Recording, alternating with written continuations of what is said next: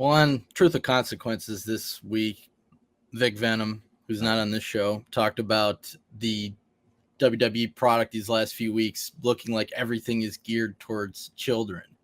And if you guys didn't watch Raw, there's this new robot they have, and apparently they're going to be using this Rawbot. What is it now? They have a robot.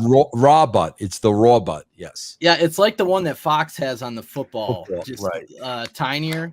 So it's like used for introducing graphics, and it's put up with the bumpers and coming in and out of commercials. And apparently they're going to be using this now every single week. That just screams childish to me. Well, no, bro, it screams another item on the merch table. That's what, and I'm cool with that. I'm cool with that. Another item on the merch table with Lily and the water guns and the scooters and Nikki Cross's mask and Drew McIntyre's sword. I'm on board with that, bro. You have to make money. I get that. But, bro, like the last 2 weeks in front of the live audience, they are, and it's Nick Khan. This is the directive coming from Nick Khan. We need to be more family friendly so I can sell this product, and we could have sponsorships with so and so. Bro, this is a children's show. Raw's atrocious. Yeah. Raw, there's only a couple things that's worth even. What? I like Bobby Lashley. I think he's doing pretty good right now. Yeah. Yeah, they didn't book him to be scared of Goldberg, which was good. But everything on that show, the first hour and a half to 2 hours, is like there's a romper room element to each segment. Mm-hmm. Like you watch this, like, well, what are they? What type of kids are they appealing to here? So. Yeah. You wonder if, I know you don't watch SmackDown, Vince, but Roman Reigns made a pretty sexual reference this week. He compared John Cena coming back all the time in the same gear and the same gimmick. He said it's just like doing the missionary position every single night. Oh, wow. SmackDown seems to be going the other way, in my opinion. Mm-hmm. I wonder if they're trying to do SmackDown as like the TV 14 adult type show. Well, Raw, it's on Friday night at 8. It's on Friday night at 8. You're not going to get romper room kids. It's like backwards. Right.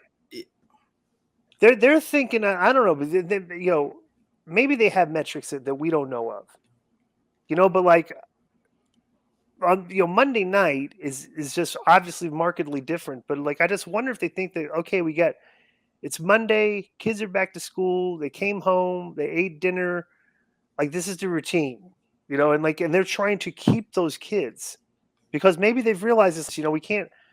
We need to start marketing to kids. Because the median age of this product is 53 years old. So we need to cultivate a younger audience.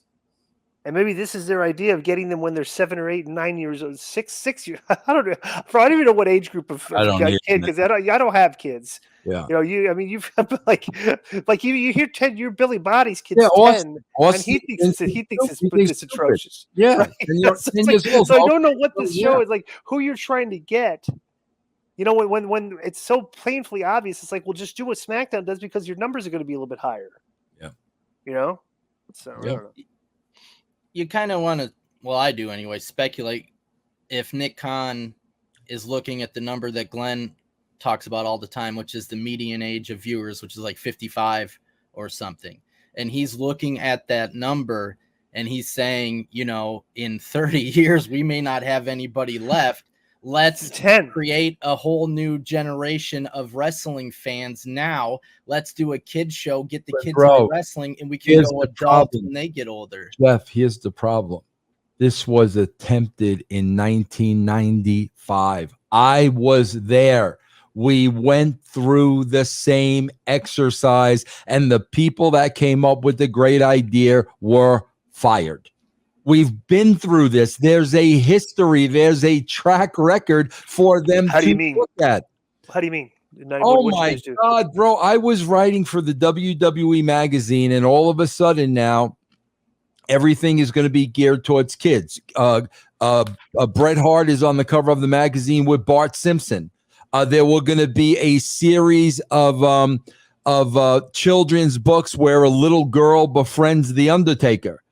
They had the Steve Austin slip and slide. They had Skittles Taste the Rainbow.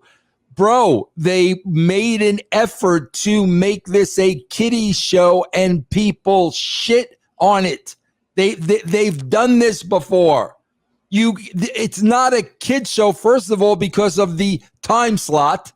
Second of all, because wrestling is based on fighting and violence and testosterone, which are not kid friendly. This isn't a kid show. So when they try to force it into being one, it makes it even worse. And that's the process we're going through right now. I gotta listen to something. Somebody posted a promo of you cutting a promo here on the internet. They tagged me in it. It's only 15 seconds long. Let me listen to this. But like, because I'm thinking while he's listening to that, a lot of my generation were kids during the WrestleMania Hogan 80s era. And then we were the fans in the Attitude Era.